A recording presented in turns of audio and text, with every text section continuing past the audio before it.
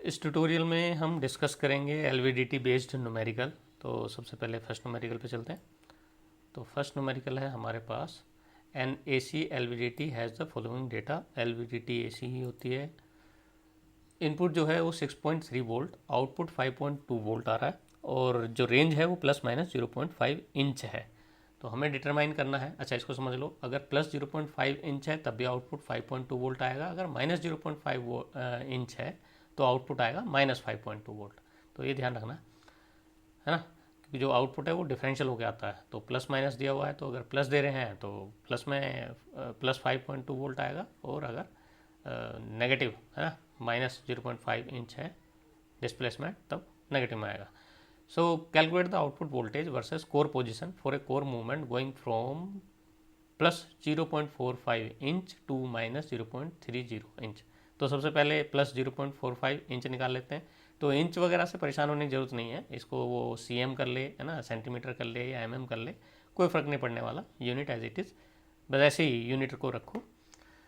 तो सबसे पहले आते हैं कि 0.5 जो ऊपर दिया हुआ है, तो 0.5 इंच अगर डिस्प्लेस होता है तो 5 वोल्ट आता है।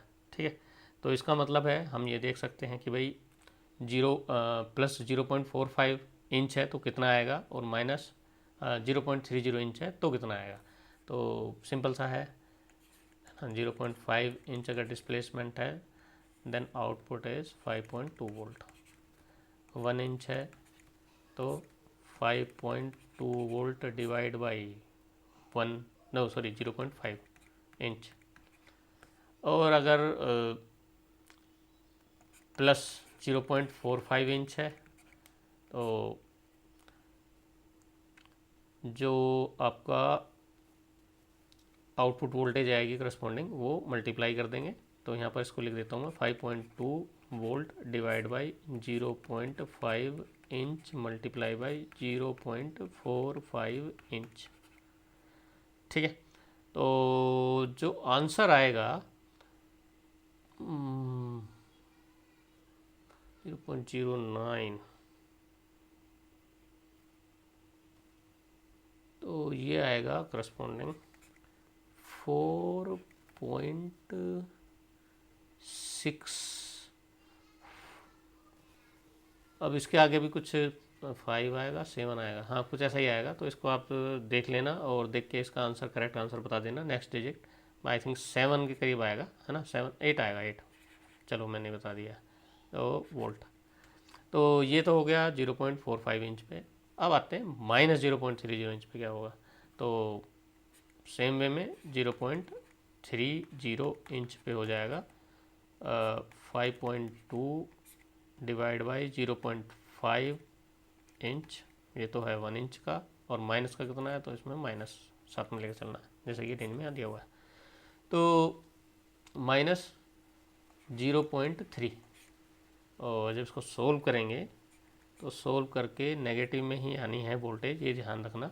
तो ऐसा नहीं कर देना कि आउटपुट में प्लस माइनस आ रहा तो यहाँ पे प्लस माइनस लिख दें और इधर भी प्लस माइनस, और उसके बाद जब नेगेटिव निकाल रहे हैं तो हम वोल्ट आउटपुट भी नेगेटिव ले लें तो फिर तो पॉजिटिव ही आएगा। तो ये ध्यान रखना, तो एक चीज़ को ही नेगेटिव रखना। ठीक है, तो ये बनता है 3.12 वोल्ट। ऐसे ही यहाँ पर दिया हुआ output voltage when the core is minus 0.25 inch, इसका आंसर आप कर दो, सेम वे में निकल जाएगा, है ना, फ्रॉम द सेंटर। तो सेंटर से ये डिस्प्लेसमेंट ये सेंटर में ही रहता है नॉर्मली। एलवीडीटी जो है नॉर्मली, है ना, यहाँ पर कोर, ये जो कोर है ये सेंटर में रहती है।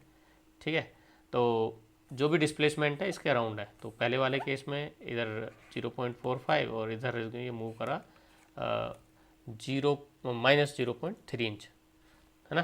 तो इस तरह का है, तो नॉर्मली सेंटर में रहती है। तो जब ये सेंटर लिखे तो इसमें कोई डरने की जरूरत नहीं है, पोटेंशियोमीटर की तरह नहीं है ना, जो उससे पहले न्यूमेरिकल किए थे। ठीक है जी, आगे बढ़ते हैं। तो इसका आंसर आप मुझे कर देंगे कमेंट बॉक्स में। तो ओबियसली इसका भी आंसर माइनस में ही आएगा, और यहाँ 0.30 इंच है तो 3.12। तो ये मतलब एक तरह से -3 वोल्ट से कम ही आना चाहिए, है ना। चलिए आगे बढ़ते हैं, नेक्स्ट क्वेश्चन को देख लेते हैं। जो नेक्स्ट न्यूमेरिकल है हमारे पास वो है ये। Okay, the output of an LVDT is connected to a 5 volt voltmeter through an amplifier whose amplification factor is 250। तो ये एम्पलीफिकेशन फैक्टर है जस्ट। तो जब भी इस न्यूमेरिकल में है the output of an LVDT is connected to a 5 volt voltmeter through an amplifier whose amplification factor is 250। तो यहाँ पर दो चीज़ें, एक LVDT है और दूसरा एक एम्पलीफायर है जिसका गेन है 250। तो ठीक है, दो अलग अलग चीज़ हैं, पर हाँ ठीक है। तो मतलब कहने का मतलब है कि जो एम्पलीफायर का आउटपुट आएगा वो कहने का मतलब है जो होल इंस्ट्रूमेंट है ना, पूरा जो LVDT का जो सेटअप बोल सकते हो, या एक पूरी चीज़ जो हमने पहले प्रीवियस लेक्चर में एक किट दिखाई थी स्टार्टिंग में ही, स्टार्टिंग 2 स्लाइड में किट में एम्पलीफायर होता है। तो जो आउटपुट आता है वो थोड़ा सा वीक है ना, स्मॉल आउटपुट होता है, तो उसको सही से देखने के लिए उसको फिर एम्पलीफाई कर देते हैं। ठीक है, अब आगे बढ़ते हैं। An output of 2 millivolt appears across the terminal of LVDT when the core moves through a distance of 0.5 mm। ठीक है, 0.5 mm मूव करने पे 2 मिलीवोल्ट हमारा आउटपुट आ रहा है। Calculate the sensitivity of the LVDT and that of the whole setup. तो LVDT की अलग से निकालनी है सेंसिटिविटी, और उसके बाद पूरे सेटअप की, यानी एम्पलीफायर के बाद का आउटपुट, यानी उसकी सेंसिटिविटी निकालनी है टोटल, मतलब पूरे इंस्ट्रूमेंट की। तो पहले इतना कर लेते हैं, बाद में आगे बढ़ेंगे। तो सबसे पहले the sensitivity of the LVDT is equals to output voltage 2 millivolt divide by distance या डिस्प्लेसमेंट होगा 0.5 mm। तो ये बन गया 4 ही बन जाएगा, तो हाफ है ना, 4 बन गया, 4 मिलीवोल्ट पर mm। ये सेंसिटिविटी है LVDT की। सेंसिटिविटी ऑफ द इंस्ट्रूमेंट या होल सेटअप या इक्विपमेंट, व्हाटएवर जो भी आप लिखना है, 4 मिलीवोल्ट पर mm मल्टीप्लाई बाई 250। गेन जो है एम्पलीफायर का वो 250 है। तो ये हो गई, तो कितनी हो गई 1000 मिली वोल्ट पर mm, यानी 1 वोल्ट पर mm। ठीक है, 1 वोल्ट पर mm। तो ये हो गया हमारा इंस्ट्रूमेंट का। तो इतना काम खत्म हो गया। अब आते हैं आगे। The milli volt meter scale has 100 division.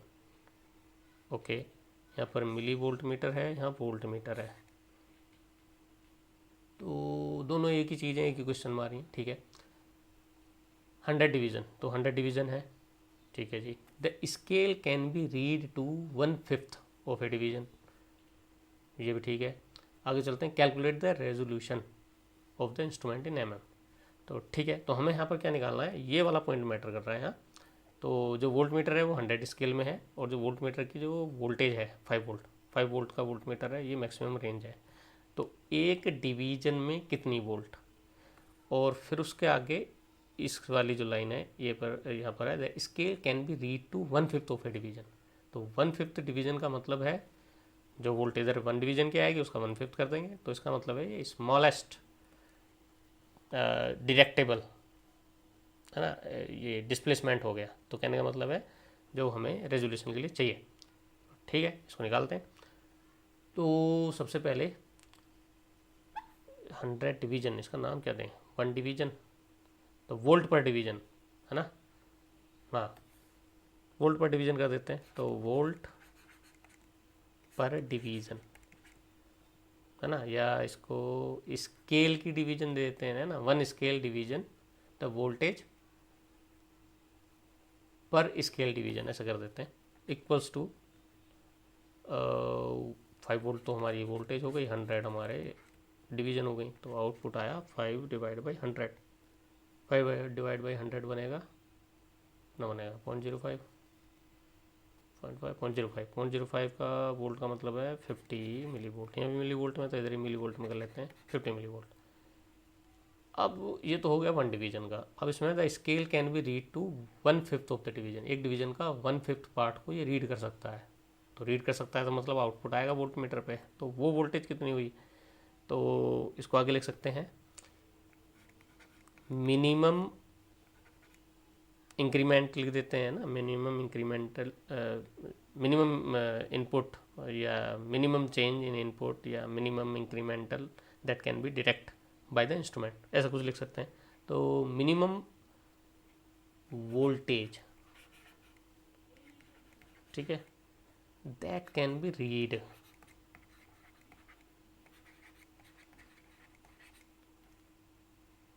Bye the volt meter is equals to, इसका फिफ्थ कर देते हैं, है ना, फिफ्थ एक डिवीजन का 1/5 है, लीनियर डिवाइस है हमारी, तो 50 milli volt divide multiply by 1/5, इसका 1/5 कर देते हैं तो 10 मिली वोल्ट आ गया। ठीक है, अब आते हैं रेजोल्यूशन पे।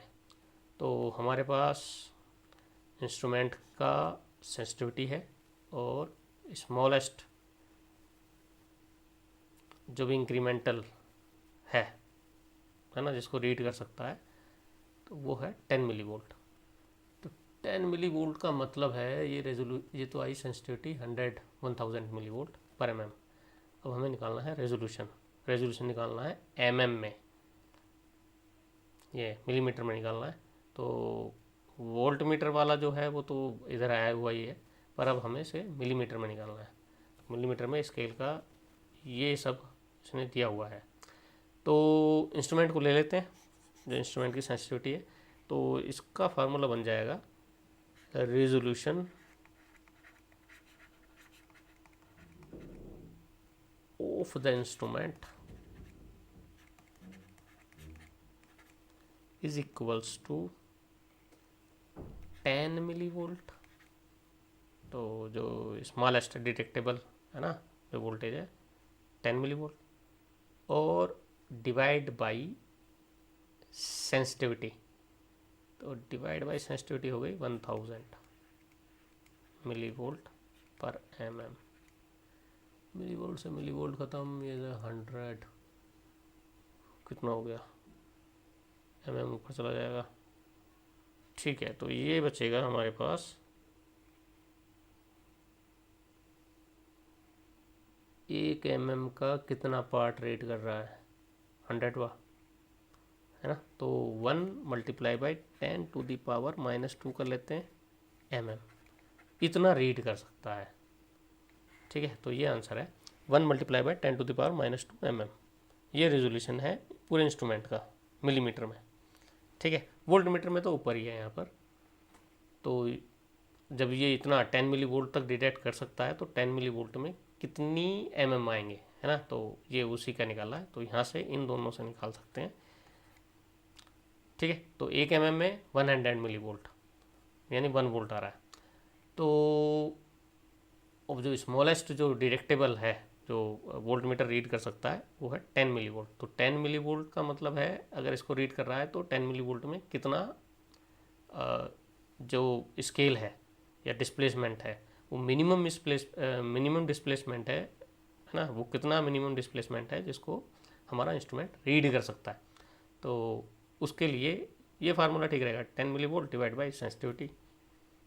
ठीक है, तो 1 मल्टीप्लाई बाई 10⁻⁻², यानी 1 mm का 100th पार्ट, उसको ये डिटेक्ट कर सकता है। तो ये रेजोल्यूशन हो गया। ठीक है, चलिए इसको अब यहीं रोकते हैं हम।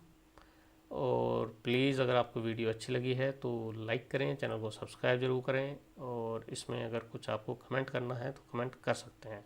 चलिए, थैंक यू, ये रुकते हैं।